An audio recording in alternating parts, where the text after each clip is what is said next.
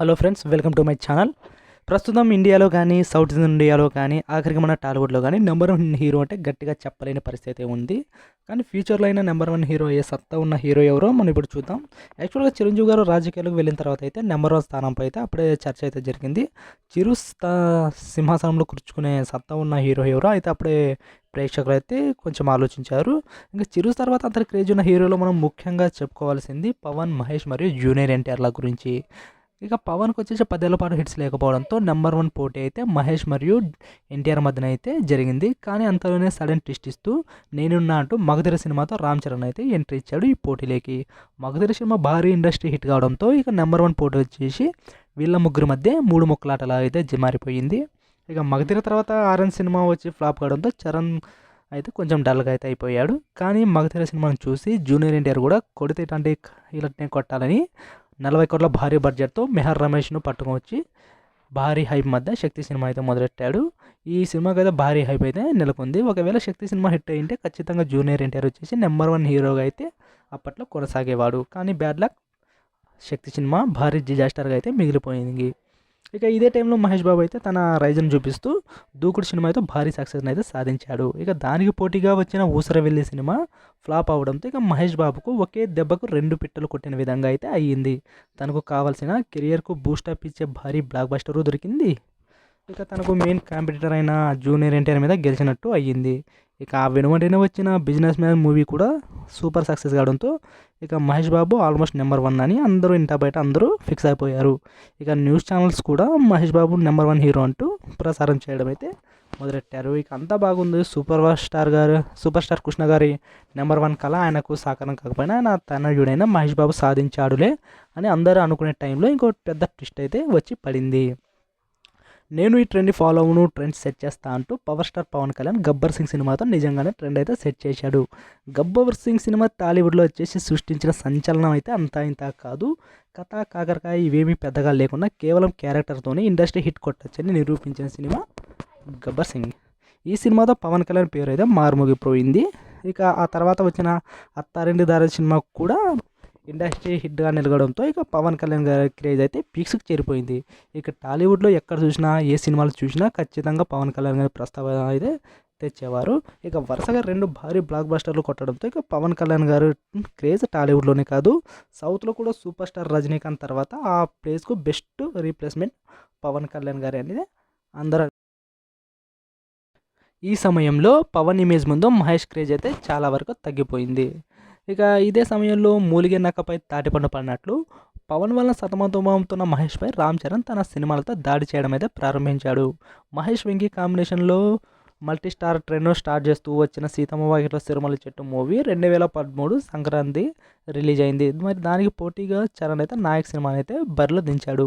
Multi star అయిన సీతమ్మ వాకిట్లో సిరిమల్లె చెట్టు కలెక్షన్లతో పోలిస్తే నాయక్ కలెక్షన్లో అధికంగా ఉండడం అప్పట్లో అయితే కొంతమందికి షాక్ అయితే గురిచేసింది.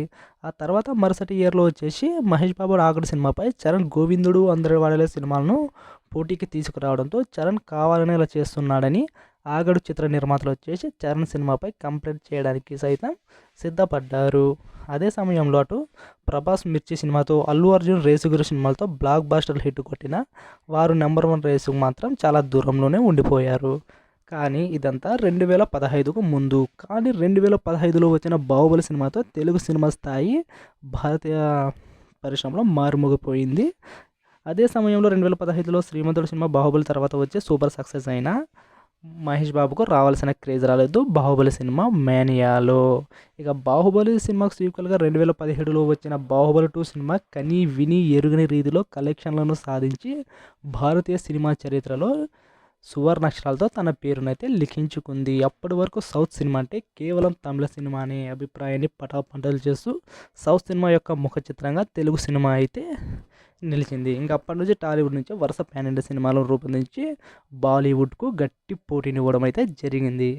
అదే సంవత్సరంలో చిరంజీవి గారు రీఎంట్రీ ఇస్తూ ఖైదీ నెంబర్ 150 సినిమాతో 100 కోట్ల షేర్ కొట్టడంతో ఇక నెంబర్ వన్ స్థానంపై అయితే మళ్ళీ చర్చ అయితే జరిగింది.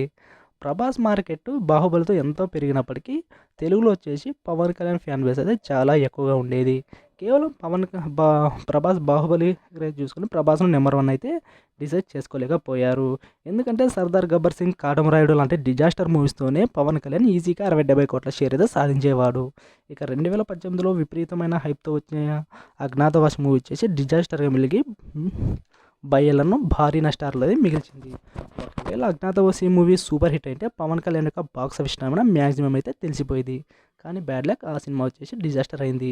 అదే టైంలో మహేష్ బాబు గారు నటించే భరత్ అన్నయ్య సినిమా రిలీజ్ అయ్యి సూపర్ హిట్ అయింది. కానీ అంతకంటే ముందు రామ్ చరణ్ నటించిన రంగస్థలం రిలీజ్ అయ్యి సంచలన విజయం సాధించడంతో ఇక ఆయన నటనకు వచ్చేసి విపరీతమైన ప్రశంసలు దక్కాయి. దాంతో భరత్ అన్నయ్య సినిమాకు దక్కాల్సిన పాపులారిటీ దక్కలేదు. ఇంకా అదే ఇయర్లో విజయ్ దేవరకొండ, అర్జున్ రెడ్డి, గీతా గోవిందం విజయాలతో హల్చల్ చేయడంతో మహేష్ బాబు గురించి అయితే పెద్దగా చర్చ అయితే జరగలేదు. ఇక ఈ విధంగా మహేష్ బాబు గారు అయితే రేస్లో అయితే చాలా వెనుకబడిపోయారు. కానీ ఇంకా 2019 సంవత్సరంలో ప్రభాస్ నటించిన సాహు సినిమా రిలీజ్ అయ్యి ఫ్లాప్ టాక్ తెచ్చుకున్నప్పటికీ రికార్డు స్థాయిలో కలెక్షన్లు అయితే కొల్లగొట్టింది. ఆ సినిమా కలెక్షన్లతో అప్పటి వరకు బాహుబలి ఒక ఫ్లూమ్ అనుకున్న వాళ్ళకి ప్రభాస్ అయితే సరైన సమాధానం అయితే ఇచ్చాడు. ఫ్లాప్ టాక్తో 350 కోట్ల పైగా కలెక్షన్లు రాబట్టిన సాహో సినిమా అప్పటి వరకు ఏ తెలుగు హీరో కూడా తన సూపర్ హిట్ సినిమాతో ఆ రేంజ్లో కలెక్షన్లు అయితే రాబట్టలేదు. కేవలం సౌత్ ఇండియాలో విజయ్ నటించిన సినిమాలు మాత్రమే 300 కోట్ల కలెక్షన్లు అయితే సాధించేవి. సో ఇక అప్పుడు పోటీ సౌత్ ఇండియాలో ప్రభాస్ మరియు విజయ్ మధ్యనే పోటీ ఉండేది. అయినప్పటికీ బాలీవుడ్ ఇండస్ట్రీ వచ్చేసి వార్ లాంటి భారీ సినిమాలు తీస్తూ తన డామినేషన్ అయితే చూపించింది. కానీ కాలం ఒకేలా ఉండదు కదా. కరోనా మహమ్మారి వచ్చేసి ఒక్కసారిగా విరుచుపడింది. లాక్డౌన్ సమయంలో ఫిలిం ఇండస్ట్రీలన్నీ కుదేలయ్యాయి. ఫస్ట్ వేవ్ తర్వాత అన్ని ఇండస్ట్రీలు అంతో ఎంతో కోలుకున్నాయి. మన తెలుగు ఇండస్ట్రీలో ఎవ్వరూ ఊహించిన విధంగా ఆ టైంలో అలా వైకుంఠపురం, పుష్ప సినిమాలతో అల్లు అర్జున్ వచ్చేసి ఒక్కసారిగా రైజ్ అయిపోయాడు. ఇక అదే సమయంలో పవన్ కళ్యాణ్ గారు రీఎంట్రీ ఇచ్చి తన ఇమేజ్కు ఏమాత్రం సరిపోని పింక్ రీమేక్ అయిన వకీల్ సాబ్తో ఆ సినిమా రిలీజ్ అయితే ఆ సినిమా వచ్చేసి సెకండ్ వేవ్, ఆ సినిమా రిలీజ్ అయినప్పుడు సెకండ్ వేవ్ రావడం, ఇక ఏపీ ప్రభుత్వం కూడా ఆ సినిమాను టార్గెట్ చేయడంతో వకీల్ సాబ్ సినిమాకు రావాల్సిన కలెక్షన్లు అయితే రాలేదు. ఇక ఆ తర్వాత ఆయన నటించిన భీమ్లా నాయక్, బ్రో సినిమాలు కూడా రీమేక్స్ కావడంతో ఇక ఫ్యాన్స్ సైడ్ నుంచి అయితే వ్యతిరేకత రావడంతో అవి కూడా ఆశించిన స్థాయి ఫలితాలు అయితే సాధించలేదు. ఇక తన మొదటి ప్రిపరేషన్ వచ్చేసి పాలిటిక్స్ అని, ఇక సినిమాలు కాదని, సినిమా ఇండస్ట్రీలో తనకంటే పెద్ద స్టార్లు మహేష్ బాబు, ప్రభాస్ అని చెప్పి పవన్ కళ్యాణ్ గారు ఇక స్వతహాగా తనకు తాను ఈ రేస్ నుంచి అయితే తప్పుకున్నారు. మరోవైపు బాలీవుడ్ పరిస్థితి అయితే ఇందుకు భిన్నంగా ఉంది. లాక్డౌన్లో సుశాంత్ రాజ్పూత్ గారు సూసైడ్ చేసుకోవడంతో బాలీవుడ్లోని నేపథ్యంపై తీవ్ర విమర్శలు అయితే వెల్లువెత్తాయి. ఇండియా మొత్తం బాలీవుడ్ సినిమాలను అయితే బాయ్కట్ చేయడం అయితే మొదలుపెట్టారు. ఆ స్టారు ఈ స్టార్ అని కాకుండా వచ్చిన ప్రతి స్టారు వచ్చినట్టు పోయేవారు. ఒకప్పుడు 100 కోట్లు చూసిన బాలీవుడ్ సినిమా ఇప్పుడు 50 కోట్లు కలెక్షన్ చేయడానికైతే ముక్కి మూలిగింది. కానీ మన సౌత్లో పరిస్థితి వచ్చి విభిన్నంగా ఉంది. సౌత్లో ప్యాన్ ఇండియా సంచలనాలు అయితే నమోదయ్యాయి. RRR, KGF 2 లాంటి సినిమాలు అయితే ఈజీగా 1000-1200 కోట్ల కలెక్షన్లు అయితే సాధించాయి. ఇక ప్రభాస్ గారు బాక్స్ ఆఫీస్గా కింగ్గా మారిపోవడంతో ఇక RRRతో గ్లోబల్ స్టార్గా రామ్ చరణ్ గారు, జూనియర్ ఎన్టీఆర్ గారు మారడం, ఇక KGFతో సూపర్ స్టార్ అవ్వడం, ఇక పుష్ప సినిమాతో అల్లు అర్జున్ గారు కూడా ఇంక నేషనల్ లెవెల్లో పాపులారిటీ సాధించడంతో ఇక తెలుగు వారిని ఇంకా ఇండియాలో కొట్టే హీరో ఎవడు లేడు, అంత డామినేషన్ మనదే అనుకునే టైంలో ఎవ్వరూ ఊహించిన విధంగా ఇండియన్ బాక్స్ ఆఫీస్ అయితే ఒక భారీ కింగ్ కాంగ్ అయితే దాడి చేసింది. అతనే షారుఖ్ ఖాన్. 2013 సంవత్సరంలో షారుఖ్ ఖాన్ గారు చేసిన సంచలనం అయితే అంతా ఇంత కాదు. బాలీవుడ్లో వచ్చిన ప్రతి స్టారు వచ్చినట్టు పోతుంటే ఈ స్టార్ వచ్చే స్టారు మామూలు స్టార్ కాదు, 1000 కోట్లు కొట్టే స్టార్ అని చెప్పి మరి ఆయన అయితే 2000 కోట్ల సినిమాలు అయితే 2013లో అయితే ఆయన కొట్టారు.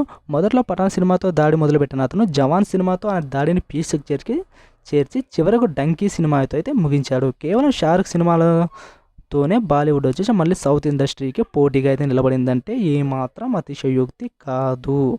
ఒకప్పుడు బాలీవుడ్, కోలీవుడ్, టాలీవుడ్ అని ఉండేది. ఇప్పుడు అంతా అలా కాదు. కేవలం పాన్ ఇండియా ఒక్క హిట్ ఇస్తే చాలు ఇప్పుడంతా ఇండియా మొత్తం క్రేజ్ వస్తుంది. సో ఇప్పుడున్న మనం లెక్కల ప్రకారం చూసుకుని నెంబర్ 1 గురించి మాట్లాడుకుంటే చిరంజీవి గారి శకం ముగిసిపోయింది.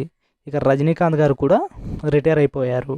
ఇప్పుడున్న లెక్కల ప్రకారం ఇండియాలో నెంబర్ 1 హీరో అంటే ఖచ్చితంగా బాలీవుడ్ హీరో బాద్షా షారుఖ్ ఖానే. తన తోటి హీరోలైన సల్మాన్ అమీర్లను మించి అతని ఇమేజ్ అయితే ఉంది. ఇంతకాలం అతను ఫ్లాప్లో ఉన్నాడు కాబట్టి చర్చ అయితే జరగలేదు, అతను డామినేషన్ చూపించలేదు. కానీ ఇప్పుడు అతను ఫామ్లోకి వచ్చాడు.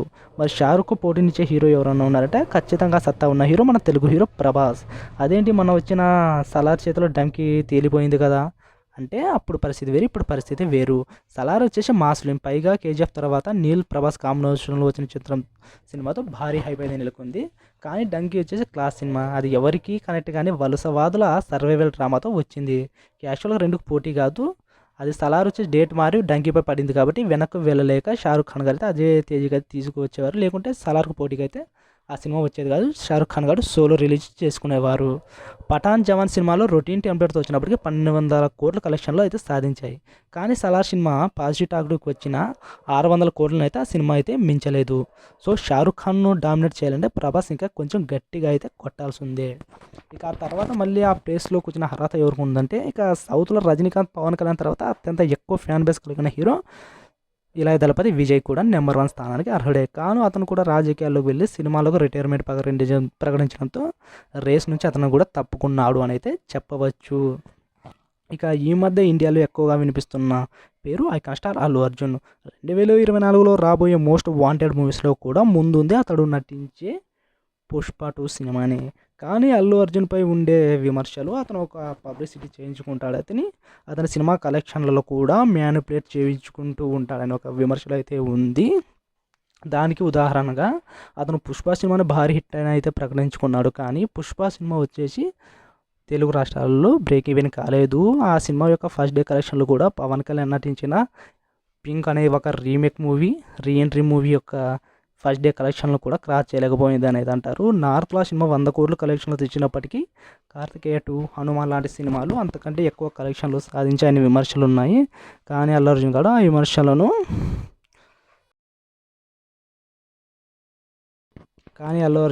విమర్శలకు సమాధానం ఇచ్చి తను తాను నిరూపించుకొని ఈ రేసులో ఉన్నానని చాటి చెప్పుకునే అవసరం అయితే ఎంతైనా ఉంది. ఇక కేజీఎఫ్తో సత్తా చాటిన యష్కు కూడా అవకాశాలు ఉన్నాయి. కానీ అతను నెక్స్ట్ నటించే టాక్సిక్ మూవీపై అయితే ఇప్పటివరకు తెలుగులో అయితే అంతగా క్యూరియాసిటీ రాలేదు. చూద్దాం అతను ఎంతవరకు ఈ రేసులో నిలబడతారు. కానీ ఇక యానిమల్తో ఈ మధ్యన సెన్సేషన్ సృష్టించిన రణబీర్ కపూర్ కూడా షారూఖ్ ప్రభాస్లకు పోటీనిచ్చే హీరోని. అతని నెక్స్ట్ లైనప్ కూడా చాలా భారీగానే ఉంది. ఇక గ్లోబల్ స్టార్ రామ్ చరణ్ కూడా ఈ రేస్లో రావచ్చే అవకాశాలు అయితే చాలా పుష్కలంగా ఉన్నాయి. ఎందుకంటే అతని నెక్స్ట్ సినిమా గేమ్ చంద్ర వచ్చేసి శంకర్ దర్శకత్వంలో వస్తుంది కాబట్టి ఆ సినిమా ఎటువంటి సంచలనం అయినా నమోదు చేయగలదు, ఆ కెపాసిటీ అయితే ఆ సినిమాకు ఉంది.